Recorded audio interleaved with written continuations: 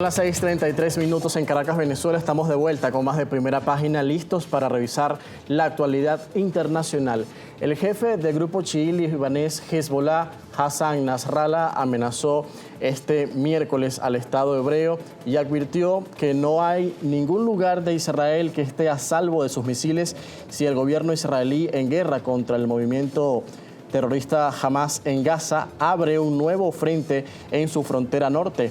Nasrallah amenazó también a Chipre, afirmando que este país del Mediterráneo Oriental, miembro de la Unión Europea, sería considerado como parte de la guerra si autorizase a Israel a usar sus aeropuertos y bases para atacar Líbano. El presidente chipriota reaccionó y dijo que su país no está implicado de ninguna forma en esta guerra e insistió que Chipre es parte de la solución y no del problema. Pero el líder de Hezbollah sostuvo que el enemigo sabe muy bien que se han preparado para lo peor y que no habrá ningún lugar en que Israel no sea alcanzado por los misiles y drones del grupo chií. Añadió que los disparos de cohetes contra Israel podrían efectuarse desde tierra, aire y mar. Por su parte, el ejército israelí ya anunció que tiene lista una ofensiva contra Hezbollah, respaldado y financiado ampliamente por Irán, tras semanas de intensificación de los disparos desde ambos lados de la frontera, que es escenario de duelos de artillería casi diarios desde el inicio, el 7 de octubre, de la guerra entre Israel y Hamas en la Franja de Gaza. La escalada bélica que se ha dado en estos últimos días, intercambios de fuego entre Israel y Hezbollah, coincidió con una visita a Beirut de un empresario o un emisario del presidente estadounidense Joe Biden, quien juzgó urgentemente disminuir las tensiones en la frontera de ambos bandos. 7:35 en Montevideo, Uruguay. Analizamos este tema con nuestro invitado esta mañana. Se trata de Carlos Verísimo Estorace, es analista en política exterior. Gracias por acompañarnos una vez más. Buen día, José Enrique. Buen día a todos. Estimado, le pregunto de entrada cómo se interpretan estas declaraciones del líder de Hezbollah, Hassan Nasrallah, y además lo que implica ya la orden que se dio de parte de Israel de estar preparado para una ofensiva e incluso una guerra total contra el grupo chií libanés Hezbollah, que está apoyado por Irán y que además le ha declarado abiertamente la guerra a Israel y está dispuesto a eliminarlo del mapa. ¿Cuáles son las implicaciones de este conflicto? Es así, lo que está autorizado hoy es una ofensiva, sería una operación, eso es lo que está autorizado hoy. Naturalmente vemos que Katz, el ministro de Relaciones Exteriores de Israel, aumentó un poco la apuesta, pero hoy por hoy lo que tenemos frente, el escenario que tenemos enfrente es justamente eso, una ofensiva. ¿Esto a qué se debe? Naturalmente, primero lo que tú bien decís, más de 5.000 cohetes que fueron lanzados sobre Israel desde el 7 de octubre, casi 200 por día. Es un volumen interesante y fundamentalmente mucha presión interna, manifestaciones internas y manifestaciones de la extrema derecha que propician de que Netanyahu de alguna forma esté avalando este tipo de situación. Tenemos que analizar que esto no es lo mismo que ocurrió con Hamas. Pasamos a tener un ámbito que es muy superior al que hemos visto en otros lados.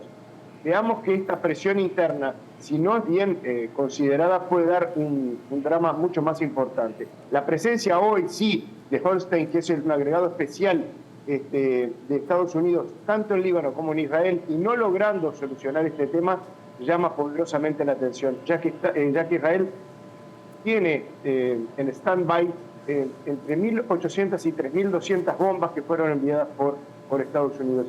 Pero capaz que hay que analizar un poquito más cuál puede ser el escenario.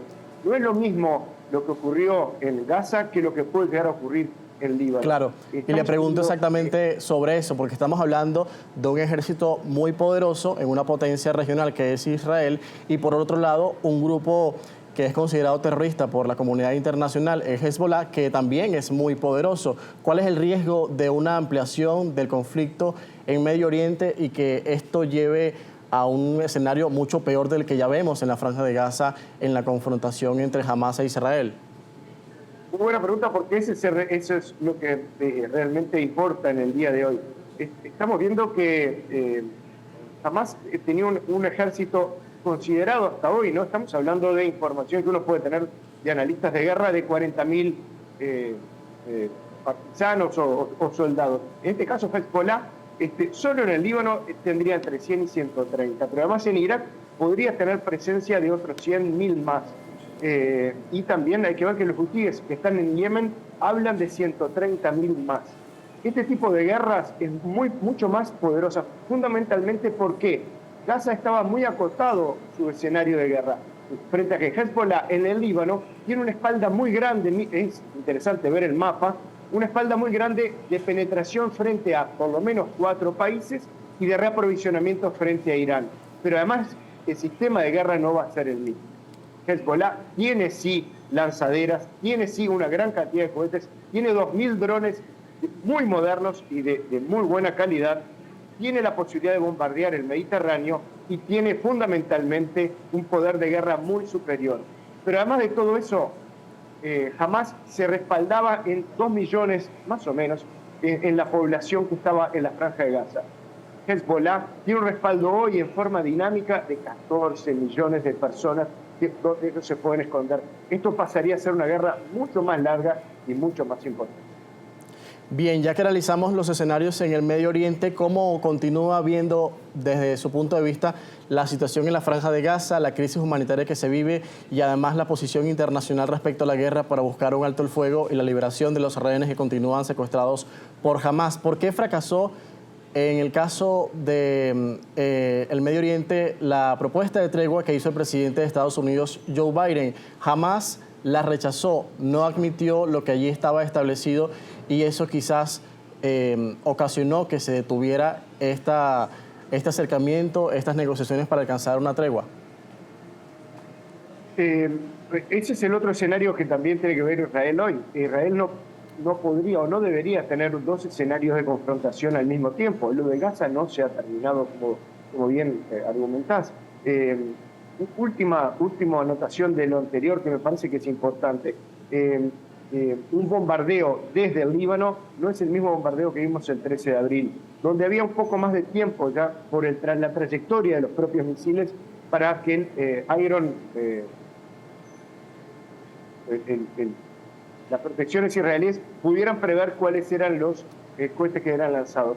Desde el Líbano es mucho más rápido y en minutos podrían ser cubiertos y eso podría saturar la defensa. Sí, hoy lo que tenemos hay una interna también interesante que hay que analizar dentro de lo que sería la política de Israel. La tendencia de extrema derecha está pidiendo reasentarse en Gaza y la liberación total de los rehenes.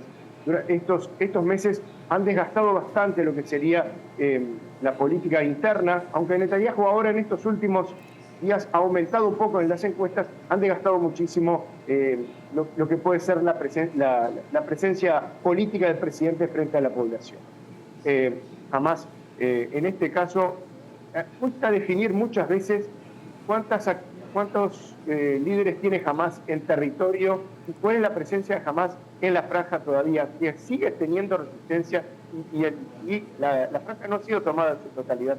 De vez en cuando hay ataques desde la misma franja, pero cuesta mucho y siempre ha costado muchísimo definir quiénes son los que están comandando la entrega de rehenes. Y a eso iba, porque ¿cuáles son los desafíos concretos para el gobierno de Netanyahu, que tiene una crisis interna y está sometido a presiones con la renuncia de Benny Gantz, que otrora fue opositor a Netanyahu, sí lo sigue siendo, pero se ha centrado debido a lo que ha ocurrido después de la guerra del 7 de octubre. Ya no está en el gabinete de guerra, se disolvió el gabinete de guerra y ahora las decisiones están ya reagrupadas en lo que tiene que ver con un gabinete o una comisión de seguridad que evalúa todo lo que se toma en el caso de Gaza, pero también una parte de la población no quiere a Netanyahu en el poder y salen a las calles a protestar exigiendo la liberación de los rehenes porque ven que han pasado 9 meses de guerra y todavía no se ha logrado que los rehenes regresen a sus casas. En este momento, ¿cuál es el escenario en ese caso? Y si estaríamos a las puertas posiblemente de unas nuevas elecciones en el caso de que esa sea una alternativa probable. Bueno, Benny Gantz, como bien decís, renunció a lo que sería el gabinete de guerra, que era un gabinete de carácter de guerra y al mismo tiempo político. Es una alianza interna política para respaldar lo que sería la guerra. Renunció él también y Gary Eisenkot, que serían 2 miembros de la Unidad Nacional. Es un partido de centro-derecha, pero más bien podríamos ponerlo en el centro, que tiene la simpatía de Estados Unidos.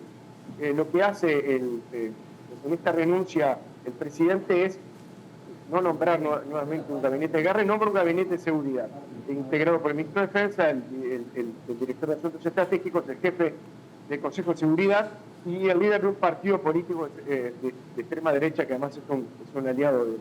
En este caso evita la entrada de la extrema derecha del ministro de Seguridad Nacional, Ben Griff, y del ministro de Finanzas, Simovic. En sí lo que está logrando con esto es un poco de empatía de parte de Estados Unidos. Sabemos que la extrema derecha en este caso está pidiendo algunas acciones que no son bien contempladas internacionalmente.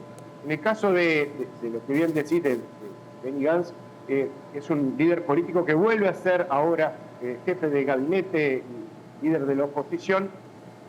Quiere ser candidato naturalmente a primer ministro, ha pedido que haya elecciones en el otoño israelí y tiene una muy buena aceptación por parte de la población. No obstante, hay que evaluar que hoy el primer ministro no tiene mayores problemas, ya que maneja unos 64 escaños de 120 en el Parlamento israelí. Así que no habría algo inminente en la política israelí. Estimado, le agradezco por su tiempo, muchísimas gracias por estos minutos y por ayudarnos a entender el contexto en el Medio Oriente tan complejo. Sí, un gran placer y un abrazo grande. Con nosotros esta mañana Carlos Verísimo Estorace, analista en política exterior. Nosotros nos vamos a la pausa, 6:45 minutos. Después de comerciales, nuestra compañera Francis Torrealba conversa con el economista petrolero Rafael Quiroz. Ya regresamos.